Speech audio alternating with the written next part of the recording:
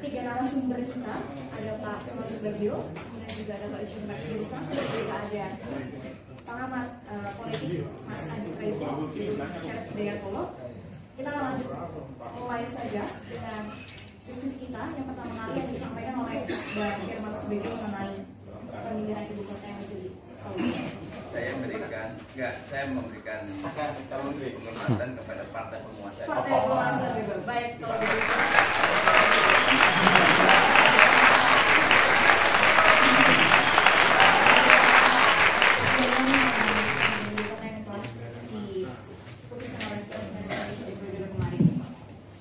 Ya, selamat siang, Merdeka. Pertama, saya tidak terlalu berani bicara lebih detail mengenai keputusan dari Presiden tentang pemindahan ibu kota ke Kalimantan Timur ke dua kabupaten Penajam dan Bukar. Yang kedua, yang perlu kita kritisi sebenarnya adalah surat pemberitahuan dari Presiden kepada DPR melalui Ketua DPR yang baru saja saya ketemu dengan beliau, Ketua DPR. Menurut Pak Ketua DPR itu bahwa surat yang diterima surat pemberitahuan dengan lampiran kajian-kajian yang telah dilakukan. Pemindahan ibu kota itu sudah dilakukan di berbagai negara. Amerika dengan berbagai persoalannya, tapi alhamdulillah Washington DC sekarang sudah menjadi bagus. Kemudian Brasilia yang mirip-mirip juga seperti Kalimantan ini dengan berbagai persoalannya, alhamdulillah juga sudah mulai membaik. Dan kemudian juga Malaysia, Myanmar dan sebagainya. Australia juga sama. Oleh karena itu pemindahan ibu kota ini pertama harus dilihat dulu dari dasar hukumnya. Dasar hukumnya adalah undang-undang. Ada undang-undang nomor 29 yang atur tentang masalah ibu kota aja. Indonesia ada di Jakarta. Nah, selama ini undang-undang belum dicabut, artinya bahwa undang-undang ibu kota Indonesia itu masih ada di Jakarta. Nah, oleh karena itu dengan adanya rencana pemerintah untuk memindahkan ibu kota dari Jakarta ke Kalimantan, pertama harus dibuat dasar hukumnya dulu.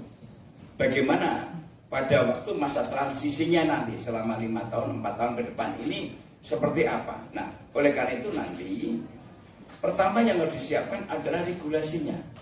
Nah, regulasi itu menjadi dasar kekuatan hukum untuk menetapkan ibu kota nanti pindah di Kalimantan.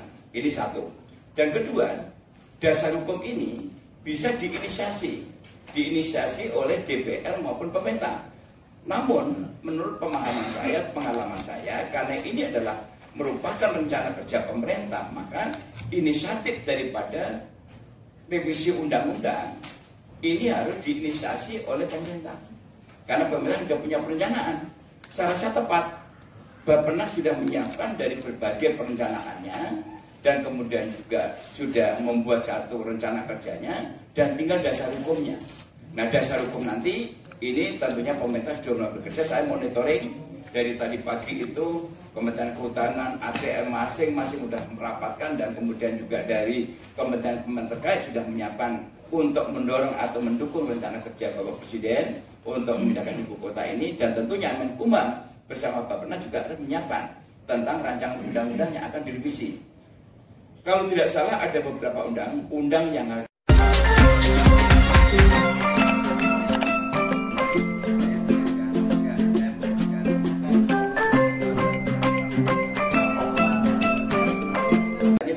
memang sangat luar biasa. Tapi saya meyakini bahwa kalau memang ada kemauan keras dari kita semua bahwa ini adalah sesuatu yang penting dan urgent, itu bisa diselesaikan dengan cepat. Banyak undang-undang yang kita bisa selesaikan dengan cepat, ya, tanpa menghilangkan makna daripada undang-undang itu. Harus kualitasnya harus kita jaga, transparansinya harus kita juga bangun, masyarakat kita libatkan. Tapi dalam keterlibatan masyarakat itu tidak bisa serta-merta bahwa apa yang diinginkan rakyat, masyarakat harus diakomodir dalam undang-undang.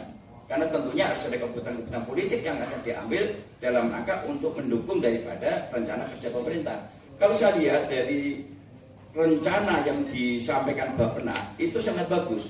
Saya bayangkan memang hampir kayak di Brasilia dan sebagainya, itu memang ada ruang hijaunya, ada objek bisnis dan sebagainya.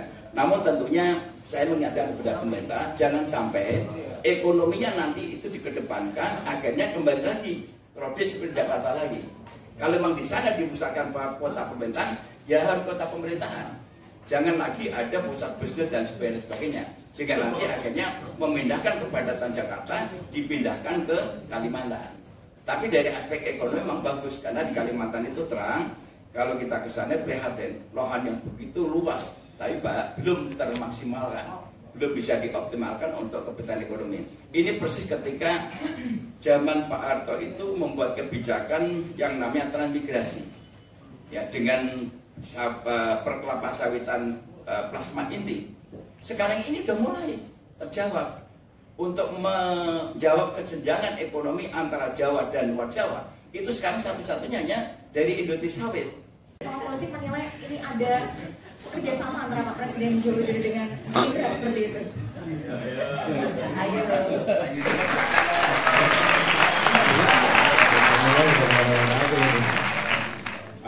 Assalamualaikum warahmatullahi wabarakatuh. Salam sejahtera untuk kita semua. Kalau saya sebelum kemana-mana ya, Hani, saya pertama yang ingin saya katakan overall niat baik pemerintah Jokowi kan ada dua hal.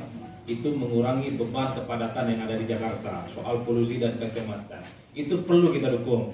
Saya sudah 21 tahun tinggal di Jakarta, Madura asli. Siapapun presidennya, siapapun gubernurnya, sepertinya kepadatan, kemacetan dan polusi ini susah memang dihilangkan oleh Jakarta. Maka pindah ibu kota ini menjadi satu-satunya solusi untuk mengurangi beban-beban itu. Bukan hanya di Jakarta sebenarnya bebannya itu, tapi juga terjadi di Depok, di Ciputat, ya, tempat saya itu di Ciputat, di Bekasi dan seterusnya. Ini kan sebagai salah satu ikhtiar politik yang memang sejak awal mulai diwacanakan, didiskursuskan oleh pemerintah. Niat yang kedua pindah ibu kota itu adalah sebagai upaya untuk melakukan pemerataan pembangunan ekonomi, biar Indonesia ini tidak Jawa sentris dan Jakarta sentris. Dua ini yang saya kira secara garis besar memang kita harus dukung secara kolektif.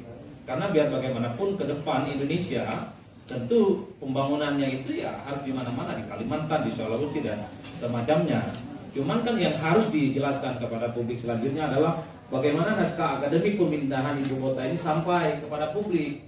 Agak ramai belakangan karena naskah akademik ini bocor pertama kali bukan ke DPR, tapi ke tempat lain. Saya nggak tahu, tiba-tiba sudah ramai di medsos, potongan-potongan snapshot dari presentasi bagaimana ibu kota negara ini pindah ke Kaltim, bukan ke DPR. Jadi wajar kalau DPR belakangan agak sedikit bereaksi, karena wacana ini justru bukan timbul dari satu komunikasi politik antara eksekutif dan legislatif. Entah dari mana tiba-tiba muncul. Ini yang saya kira pola komunikasinya, terutama naskah akademik soal pemindahan ibu kota ini perlu untuk disampaikan kepada publik. Memang harus diakui sosialisasinya ini tidak menyeluruh. Bukan hanya kita yang melihat dari jauh, bukan hanya kita yang orang awam tidak terlampau peduli soal ini, tapi juga orang terdekat yang menjadi inner circle pemerintah juga kaget.